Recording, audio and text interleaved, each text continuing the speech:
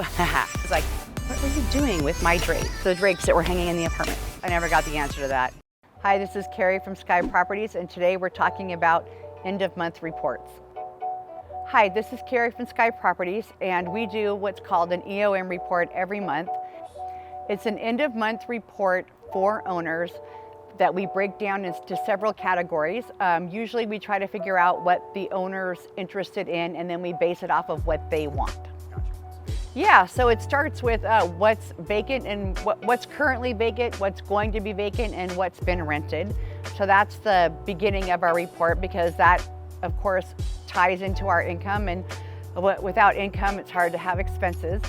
So after that, it breaks down repairs and maintenance. Some owners want great detail in this. Some want just a quick summary of what's happening, or explain anything over 500. So we actually make another category for items over 500.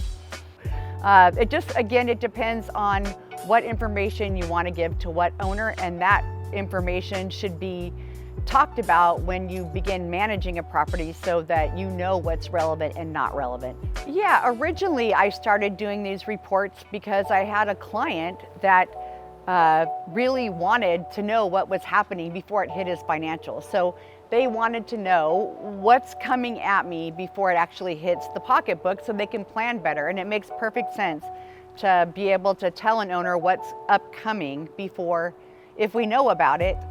With an apartment building, you don't always know about it, but for the most part, you can anticipate a lot of things. So our end of month report is often serves as an agenda, and it is often the only thing they ask me about. They will ask me more on the end of month report than they actually do about the financial. And I think that's largely because our financials are self-explanatory, because we put a lot of detail in them. I will take their big ticket items and spread them up on a monthly amount over time. And I think most of them are pleasantly surprised to see the reserves building up, and that when it's time to do, let's say, a roof or a plumbing repair or an electrical upgrade, that a lot of times we've set aside most of the money for it. I think the thing that most owners like is the pictures, especially of the vacant units before and after, or of maintenance issues that are expensive before and after. When they see the picture, like, oh, I get it now. Recently we had a building where the fascia was bad, and then we went to go replace the fascia, which should have been a fairly, it's expensive. It's 10 grand, just in wood almost now. In this particular case, when we pulled the fascia off, all the wood underneath was completely rotten. And the owner's like, how did this job go from 10,000 to 30,000?